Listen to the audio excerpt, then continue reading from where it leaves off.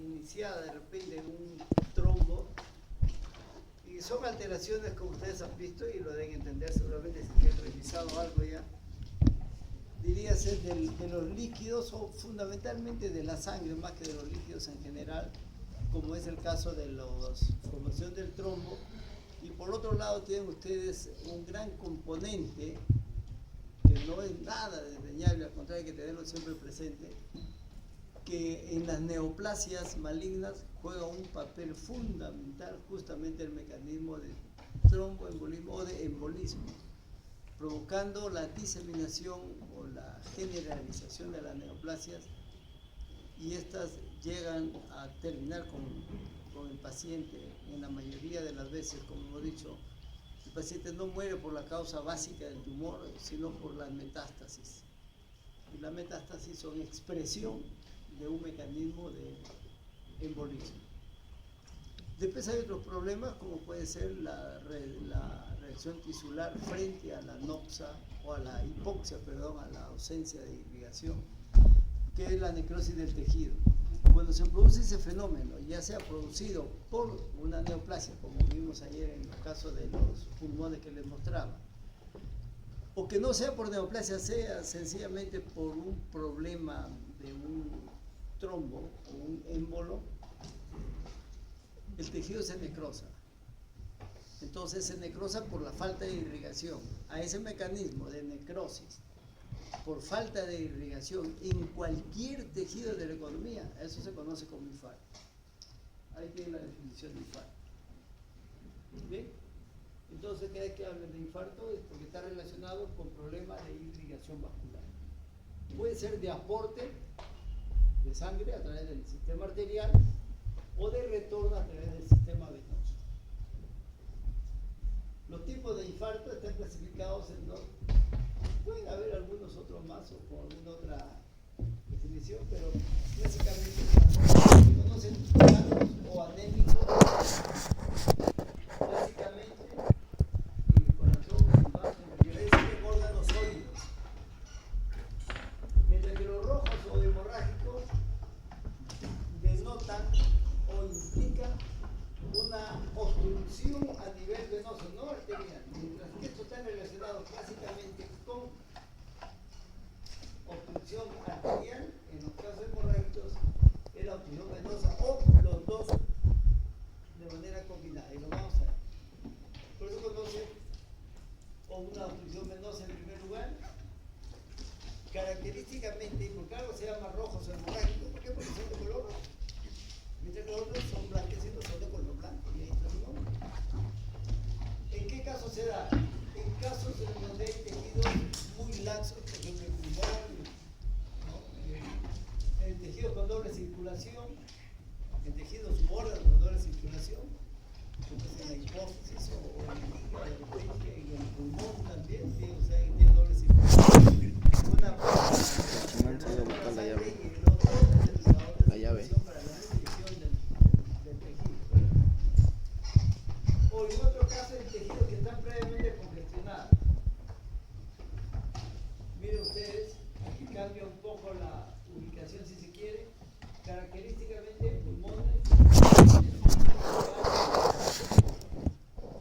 La importancia clínica dependerá de la magnitud del infarto, la ubicación de este y el órgano afectado, obviamente.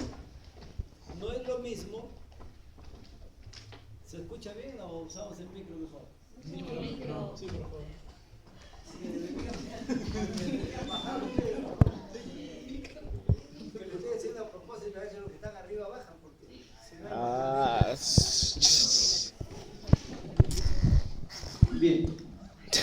Decíamos que en esto la importancia clínica dependerá de varias cosas. Uno, no es lo mismo, decíamos, que se obstruya una arteria renal en donde se necrosa y se infarte todo un riñón, o por coincidencia se infarten los dos.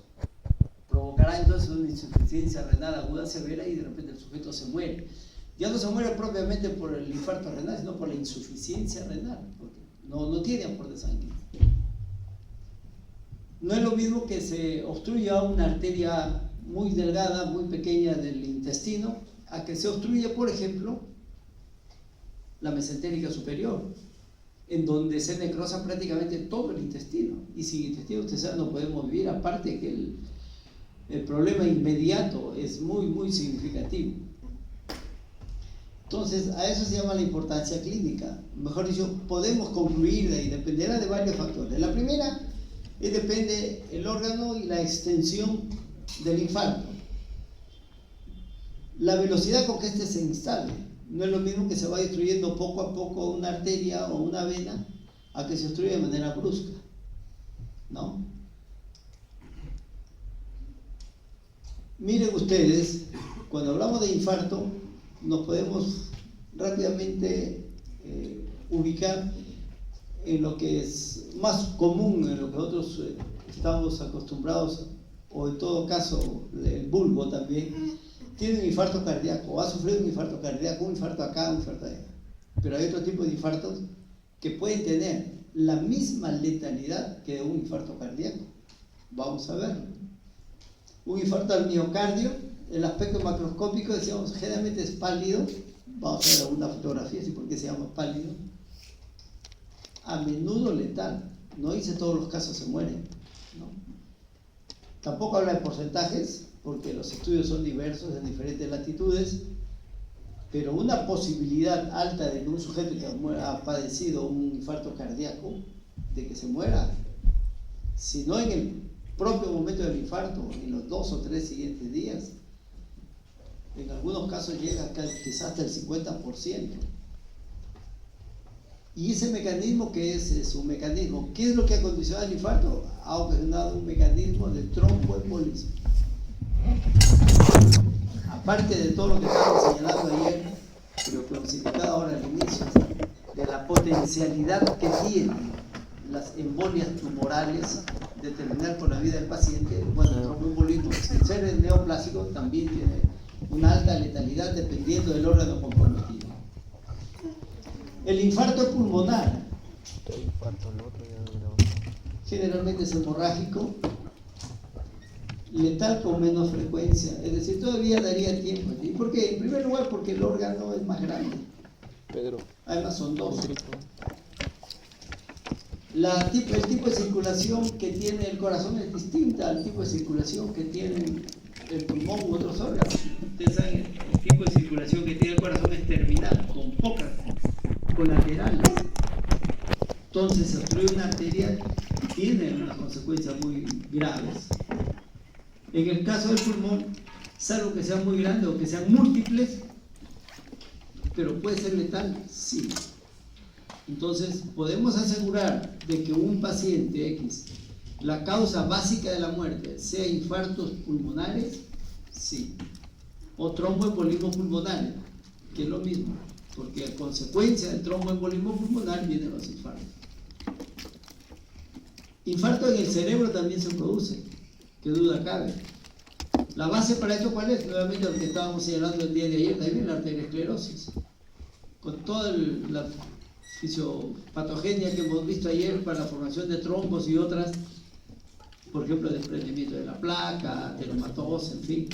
Pero puede dar un infarto cerebral, que es distinto a una hemorragia cerebral. Los dos son accidentes cerebrovasculares, los dos comprometen el